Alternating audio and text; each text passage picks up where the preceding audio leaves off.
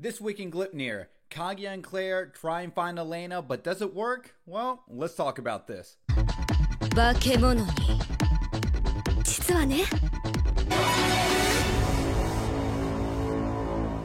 What is going on, guys? My name is DJ Miles and I'm here to review another episode of Gleipnir. This is episode 3, and before we begin with this review, you can go ahead and like this video and subscribe to my channel for more Gleipnir content down the road. Also, I'd like to thank all of you guys for helping me reach 600 subscribers in my channel. It is crazy to think about. I am over the 600 subscriber count now on my channel, and that has made me really happy, so thank you guys so much for that. I really appreciate all you guys watching my content and enjoying it. But now let's go ahead and talk about the episode, because wow, I really like the mystery that we're getting here. Who would have thought how the episode was going to be planned out towards the end? And let's just go ahead and jump right into it, where we discover Elena gives us the huge exposition mic drop that, oh, she's the one that made Kaguya into this grotesque form and gave him disabilities in the first place, only to find out that, oh, wait, that's the mystery that we got here. She wasn't apologizing for what she did to Claire and her parents, potentially.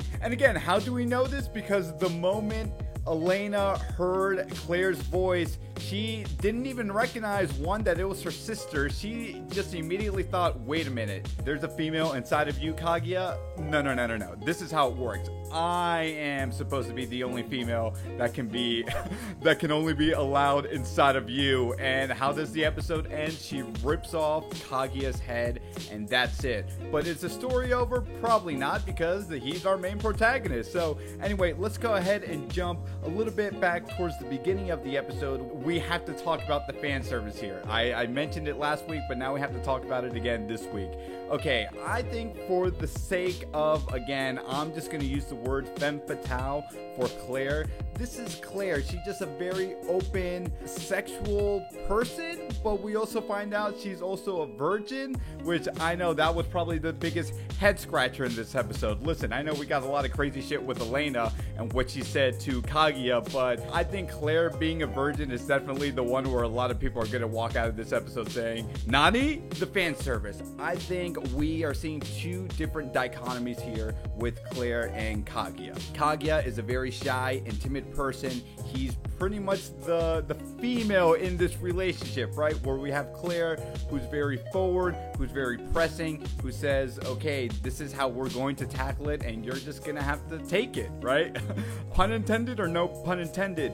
And with that, I think because we have to see the shy and timid Kaguya, as we will eventually, or I would like to hopefully find out with the series, that he will become more of an alpha male, and Claire will become the role of the timid person and the indecisive one. So with that being said, I think that's why whenever we get the quote-unquote fan service of her like taking off her clothes and being dominant, I think it's just to show how alpha she is in this role. But I would be really surprised, and I think it might hit an interesting morally gray area when the roles are switched, where now we see the male Kaguya become more dominant with Claire, and if Claire backs out of something and Kaguya says, no, this is how we're gonna do it because this is how you treated me when this all started, it's gonna be really interesting to see how the fans will react to that. So just a little food for thought, but I really wanted to bring that up because I do actually like how in episode 3 we do see the relationship blossom. Claire still portrays more of the dominant alpha roles in their relationship, but I do like the softer side of Claire, where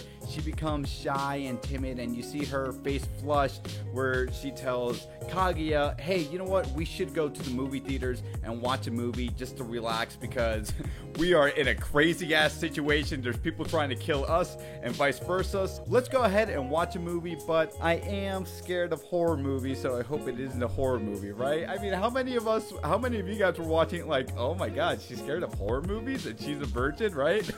So I really like those little softer moments with that.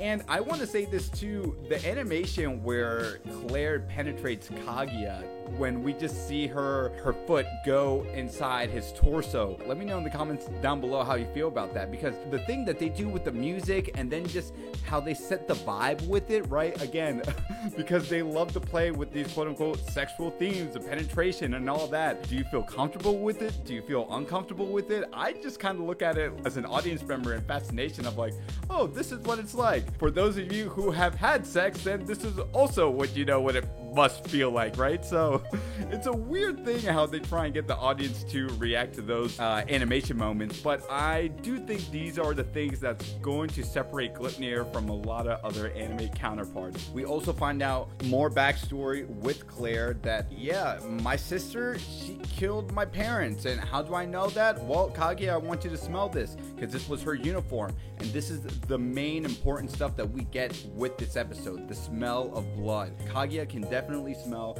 a lot of blood coming out of Elena's school outfit. So what do? They decide to have a stakeout and try and wait for her. And who would have thought, where I thought we were going to get another monster of the week, nope, they give it to us right then and there. And the $1 million question is, sure, Kaguya can smell the blood, and we have to take Claire's word for it that maybe she killed her parents, but is that really the thing here?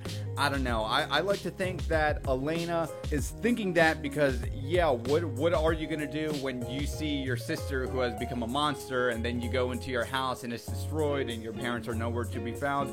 It's a likely assessment to assume that, yeah, therefore Elena did kill my parents, but I don't think she killed her parents, although there is the smell of blood. I think they're giving us enough clues to assume that, oh, well, therefore she must have done it. I don't think she did it, though. So I also want to know if you guys also think that Elena did kill Claire's parents, but I don't think she did that. Kaguya grabbed Claire's hands at the last second to stop the movement. Okay, this is the moment where now Elena says, hey, I'm so sorry. Before we fight and before I essentially kill you, do you want to do it in a place where people aren't surrounded or near us, right? Which is, again, an interesting dichotomy with Elena, where you see the smell of blood and she's this monster, but then we also see how it's in sharp contrast to her personalities and how she's even somewhat apologetic. I know you just tried to kill me, but I'm sorry. Let's go somewhere else and talk, right? So I really like these interesting contrasts that we're getting with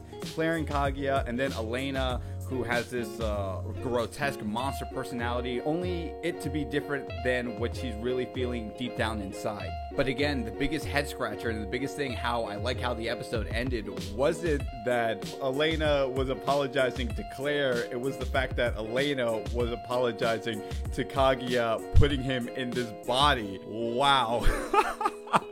I did not see that coming, and I love how that episode ended with that. I also forgot to mention that we do see the guy who ended up leaving the vending machine picks up the coin, tries putting it near a phone, for only us to find out that, oh, the phone cannot track this mysterious coin. So it looks like the living creatures in this planet are going to be the closest thing that I have to getting all of my coins back, which to me is like, oh, planet? Okay, so this weird motherfucker clearly is not from planet Earth. There's more to him than meets the eye. So what do you guys think about him too? But that's how the episode ends. I'm totally digging what we're getting with Gleipnir, albeit I can see why a lot of people will have mixed reactions, but don't worry, I am going to stick with this show. And again, you guys got me to 600 subscribers, so thank you guys very much. Don't forget to like this video, subscribe to my channel for more anime content. My name is DJ Miles, and as I always say, to be continued, take care.